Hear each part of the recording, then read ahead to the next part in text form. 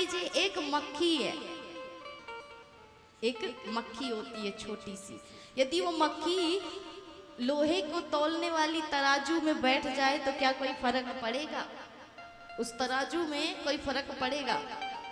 उस लोहे के वजन में कोई फर्क आएगा? नहीं आएगा। लेकिन वही मक्खी यदि सोने को तौलने वाली तराजू में बैठ जाए तो कितना फर्क पड़ेगा? कितने ग्राम का फर्क पड़ जाएगा? पड़ेगा कि नहीं पड़ेगा? पड़ जाएगा ना। इसलिए संग का बड़ा महत्व होता है। संग ऐसा करिए जो जीवन को बना दे, संग ऐसा मत करिए जो जीवन को व्यर्थ में बिगाड़ दे।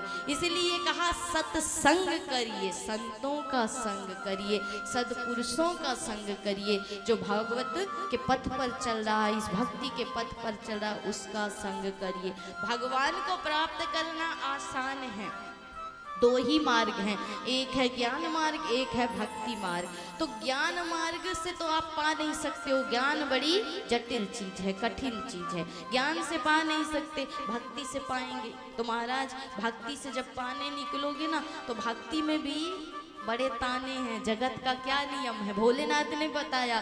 देवी पार्वती के मन में विचार आया कि प्रभु आज जगत का स्वरूप देखेंगे कैसा है। तो कहा कि चलो देवी हम तुम्हें जगत घुमा कर के लाते, भ्रमण करा कर के लाते। नंदी को साथ में लिया, लेकर के चल दिए। भोलेनाथ ने कहा कि देवी तुम पैदल चलना, मैं नंदी पर बैठ जाता हूँ। कहा ठीक है बैठ जाओ प्रभु। बैठ गए। जैसे ही गए तो लोगों ने कहा कि देखो कैसा बूढ़ा, कितना मूर्ख है यह बूढ़ा बाबा, उस सुकुमारी राजकुमारी को, कन्या को चला रहा है और स्वयं बैल के ऊपर बैठ गया। भोलेनाथ मुस्कुरा करके चले गए। आगे चले तो कहा कि देवी अब आप थक गई होंगी, अब आप इस पर बैठ जाओ, मैं नीचे चलता हूँ। भोलेनाथ चलने लगे और पार्वती मैया को बिठा दिया कहा नंदी के ऊपर। अब लोगों ने देखा तो कहा कि देखो कैसा ये बाबा मूर्ख है।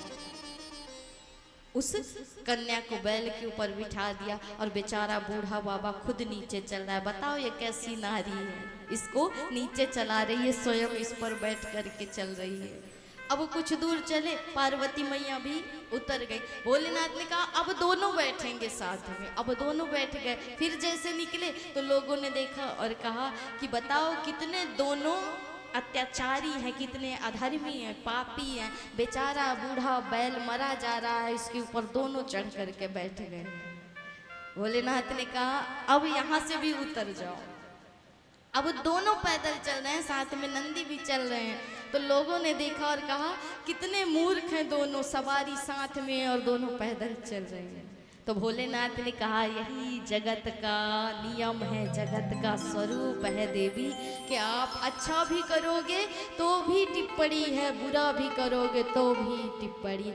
इसलिए कहा मूर्खों से बहस मत करना। जगत को मूर्खों की उपमा दे दी भोलेनाथ ने। मूर्ख हैं सृष्टि के लोग, इसलिए इनसे बहस मत करना। मूर्खों से मूर्खता करने में क्या मिलेगा? अपने कार्य से कार्य करो, अपने कार्य से ही मतलब रखो।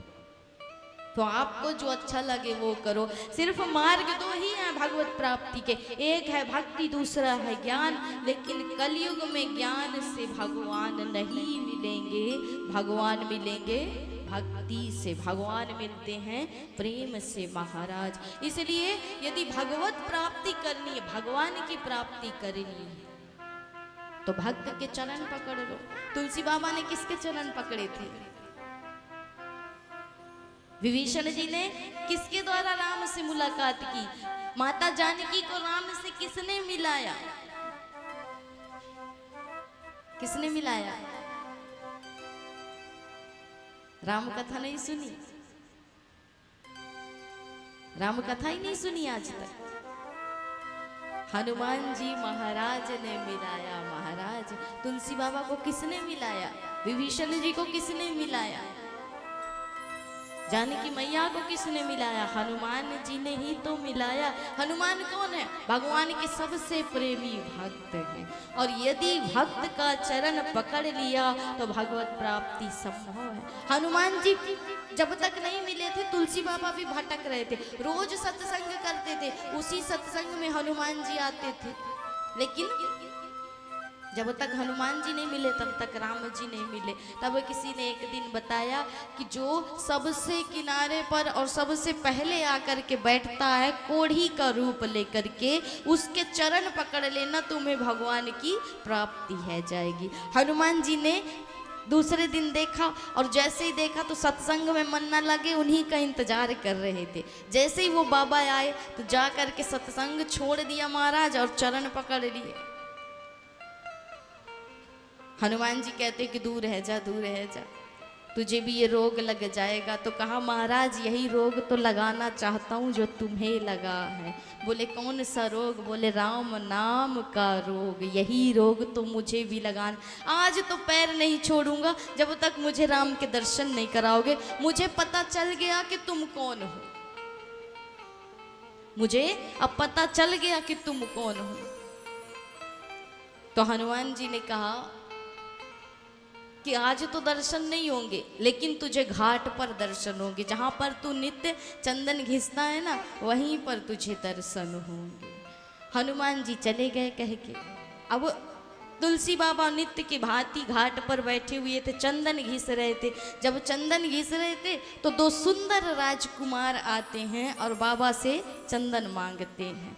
लेकिन बाबा का मन उतरा हुआ है, चंदन तो दे रहे हैं लेकिन उनकी ओर देख ही नहीं रहे हैं कि मेरे राम कब आएंगे मुझसे मिलने के लिए। राम सामने खड़े हैं, लेकिन जब तक कहते ना संत नहीं मिलता तो इस नेत्र में जो माया का पर्दा पड़ा है वो नहीं हटता, और जब तक वो पर्दा नहीं हटेगा तब तक भगवान सामने नहीं आते हैं महाराज।